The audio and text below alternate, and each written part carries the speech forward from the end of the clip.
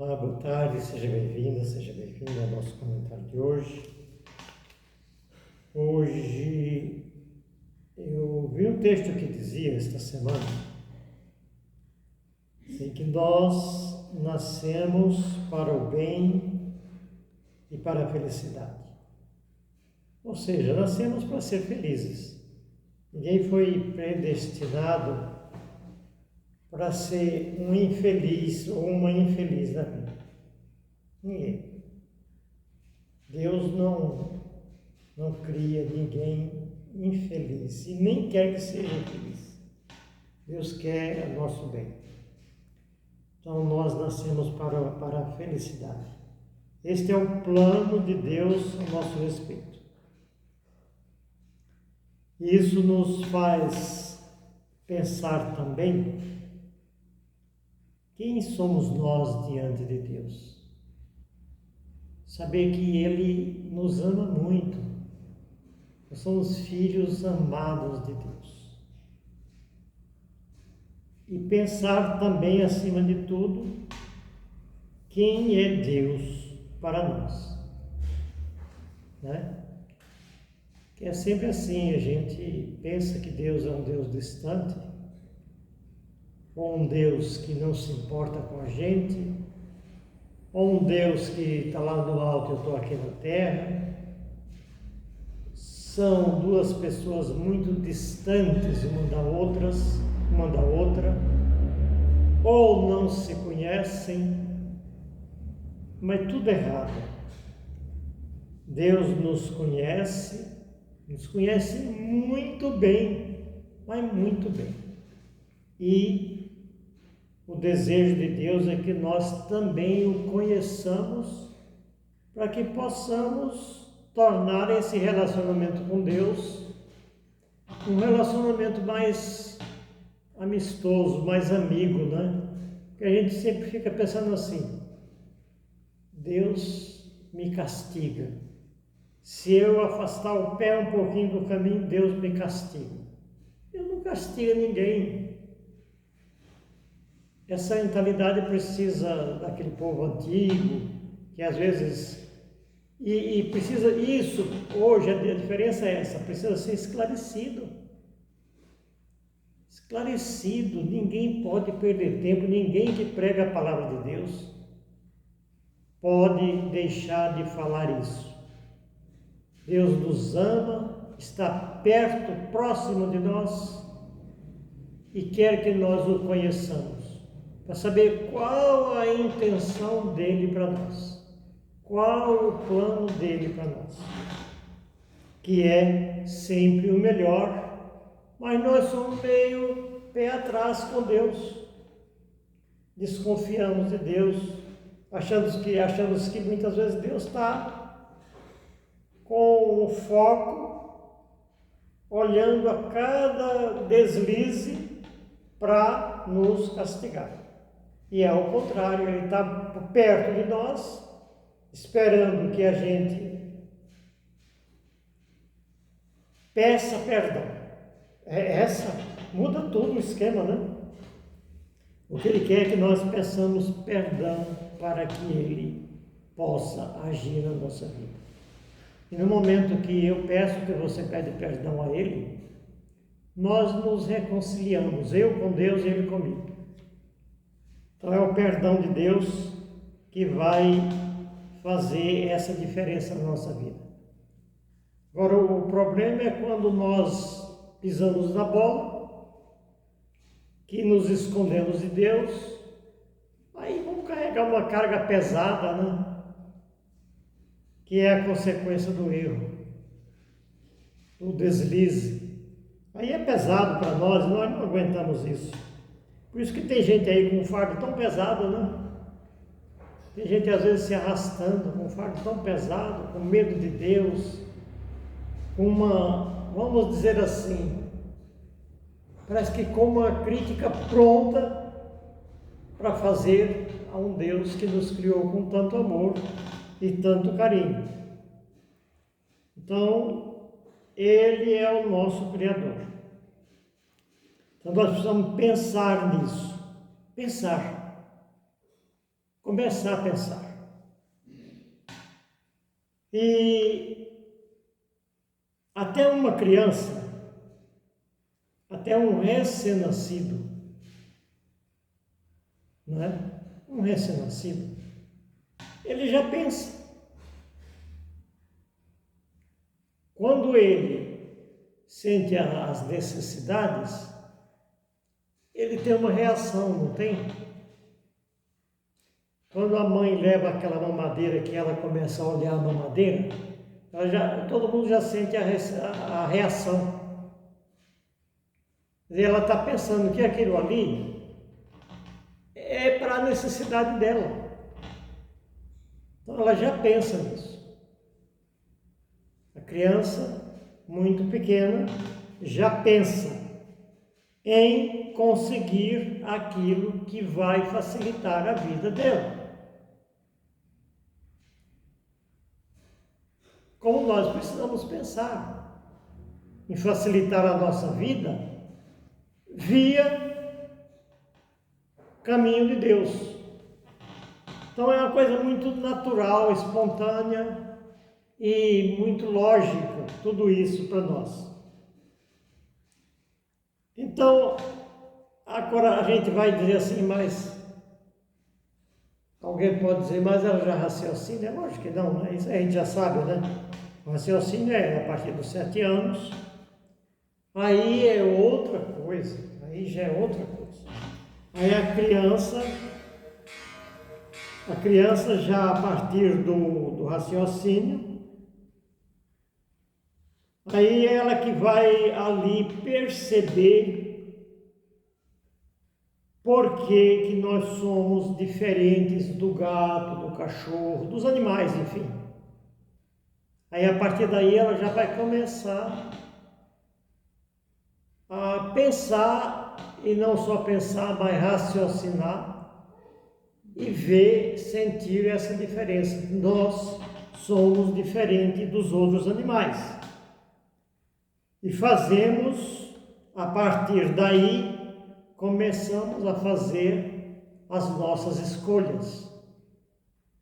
E a criança, a partir dos 7 anos, tem criança que é mais avançada, todos nós sabemos disso, e ela já começa a ter esse comportamento antes dos 7 anos. Né?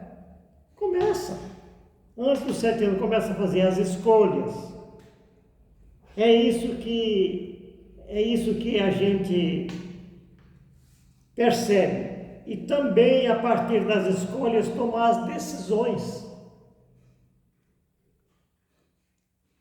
Ela começa a escolher já pensando o que vai ter para ela, o que vai decidir a partir dali. Não é isso? Então, essas são as coisas que começam a aparecer cedo na nossa vida. E também nós precisamos, já a partir daí, aí a gente vai escolher para a nossa vida, como companheiro, amigo, criador, pai, além das pessoas que são as nossas amigas, os nossos amigos, separar daqueles que às vezes não passa de uma pessoa, vamos dizer, no nosso modo de falar, muito corriqueiro, indesejável, né? Uma pessoa de más atitudes, mau caráter, que muitas vezes você não se sente bem perto de uma pessoa desse tipo. Então a criança vai aprendendo a pensar isso. Quem é que vai agradar? Nem todos agradam a criança. Interessante que ela tem essa capacidade de bater o olho e já ver quem é que ela, com quem ela simpatiza, quem é que gosta dela, quem não gosta. E é assim que nós vamos já decidindo as nossas escolhas. E também a melhor escolha que a gente pode fazer. Escolher Deus como o nosso amigo. Saber que Deus é um ser bom e todo-poderoso. Na catequese antiga, era assim. A gente aprendia, não sei se hoje já mudou alguma coisa. Isso, eu era criança, eu já tenho 200 anos, então já passou 100 e tantos anos, mais ou menos, que a gente ia para a catequese e dizia assim: Deus é um ser todo-poderoso, criador de todas as coisas, do céu, da terra e tal e tal. Mas agora, como as pessoas já estão adiantadas no raciocínio, é bom que essa criança, a partir já da catequese, ela conheça melhor esse Deus. Aquele programinha muito leve, muito assim, superficial, não serve mais. Não serve mais. A criança precisa aprender, mas por que Deus me ama? Deus me castiga quando eu faço mal. É isso que ele vai interpretar.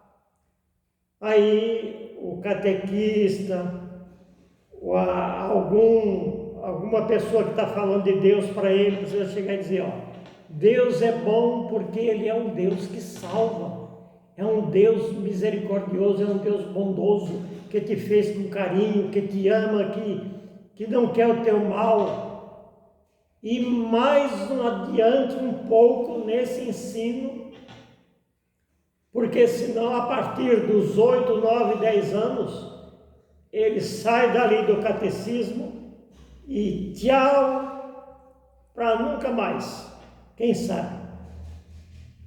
Então é bom que haja um ensino muito adequado, senão a criança vai dizer: que coisa chata é a igreja. Então tem essas coisas, né? A gente pensar também que a criança pode pensar isso.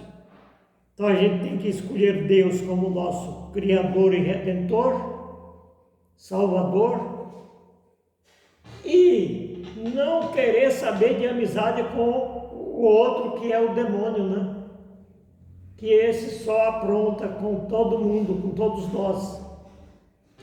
Então ele precisa aprender a separar bem uma coisa da outra. Deus é o nosso amigo, o nosso Pai. O demônio é um ser destruidor, é um ser que está pronto para destruir, para desmoralizar, para destruir mesmo as pessoas que seguem a Deus. Então é isso. Então nós precisamos ter esse conhecimento para rejeitar o demônio da nossa proximidade, como autor do mal. Então aí nós percebemos a diferença do bem e do mal. Aí nós vamos perceber a diferença, escolher o bem em vez do mal. E ver a diferença entre o certo e o errado. O que é certo? O que é o errado? Então escolher, saber diferenciar o que é entre o vício e a virtude. Essas coisas que vão surgindo nas nossas cabeças a partir dessa idade. Então, ser uma pessoa, aí nós vamos dizer: eu quero ser uma pessoa má ou uma pessoa boa. Eu quero ser uma pessoa que vive aí botando pedra no caminho dos outros, ou eu quero ver alguém que me deseja o bem, que me deseja o mal, que, se for necessário, faz até uma oração por mim. Então é essa a diferença. Então, o que não dá mesmo, é para a gente ficar no meio do caminho, no meio termo. Nem escolhe uma coisa e nem escolhe outra. Porque ninguém provocou ou fez a pessoa descobrir, facilitou essa essa vida da pessoa de descobrir, né? Descobrir o que é o bem. E tomar a escolha o mais cedo possível na vida da pessoa. Decidir caminhar para frente sem olhar obstáculo, sem parar diante dos obstáculos. Isso é uma coisa importante a gente aprender na nossa vida. Então, a decisão de escolha, o que é que nos interessa e deve ser tomada rapidamente na nossa vida. E a partir daí, caminhar sem desviar, sem duvidar e esperar que a vitória vem mesmo. A vitória vem, porque a vitória ela é resultado de uma luta, né? Seja em que coisa for, ou no estudo, ou no trabalho, ou em todas as coisas, na família. Então é vencer, a meta é vencer. Às vezes a gente olha assim, esse mundo de Deus, com tantas pessoas sofredoras. Pessoas sofredoras, que dó dá de ver essas pessoas, às vezes sofrendo, vencidas durante a caminhada, sem objetivo na vida, às vezes com vícios, colocando situações difíceis da sua própria vida, criando situações difíceis pela caminhada da vida. Pessoas que foram realmente vencidas, tornando-se massa de manobra.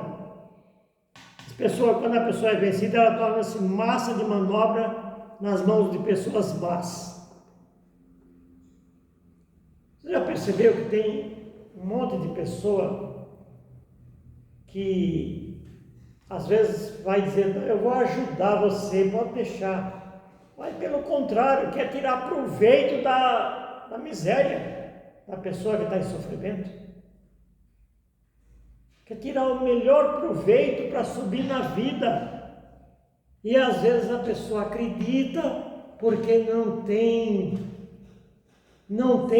iniciativa de dizer assim, não é isso que a pessoa está querendo. A pessoa está querendo explorar, está querendo tirar proveito, está querendo crescer às custas daquela miséria. Então é isso que nós precisamos ir descobrindo na nossa vida.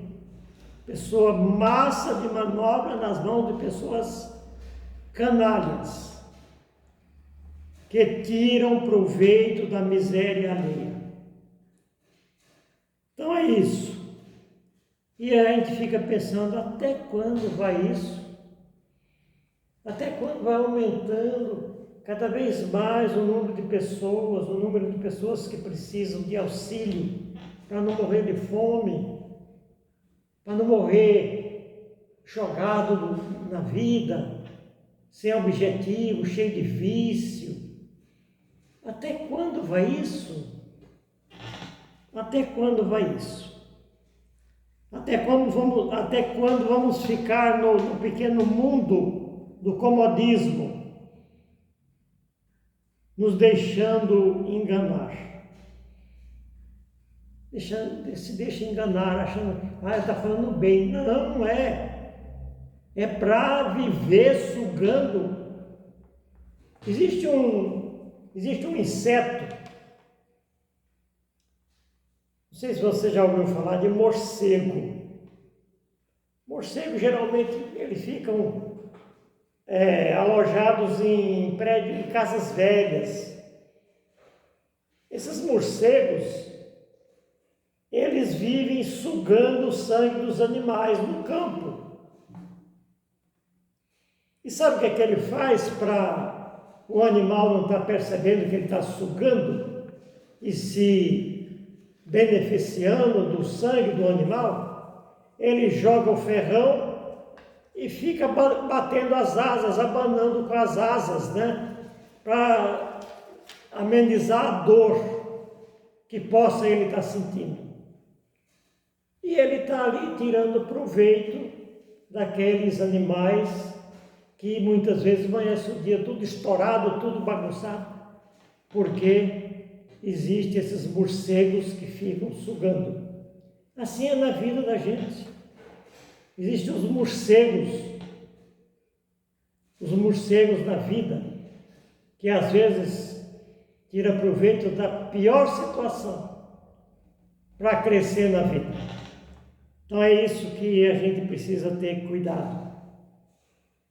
Então ele é assim. E eu vim para que todos tenham vida. Quem falou essa frase foi Jesus Cristo.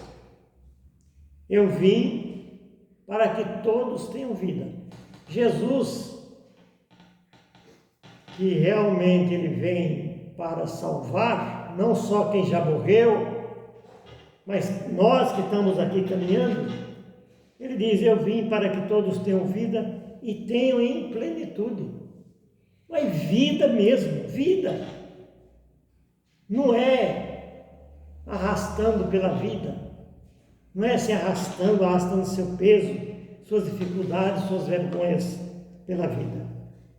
Então isso está escrito lá em São João, no capítulo 10, versículo 10, que diz, em outro também, João 14, 6, diz, eu sou a vida. Eu sou a vida. Jesus diz a vida. Então nós temos, é por isso que nós temos que procurar esse Jesus amigo, que ele não só é a vida, mas ele nos dá a vida em plenitude. Para ele viver bem, e não viver se arrastando, sofrendo, sendo vítima de aproveitadores. Então é isso que eu queria partilhar contigo hoje, e que o Senhor nos abençoe, em nome do Pai, do Filho e do Espírito Santo.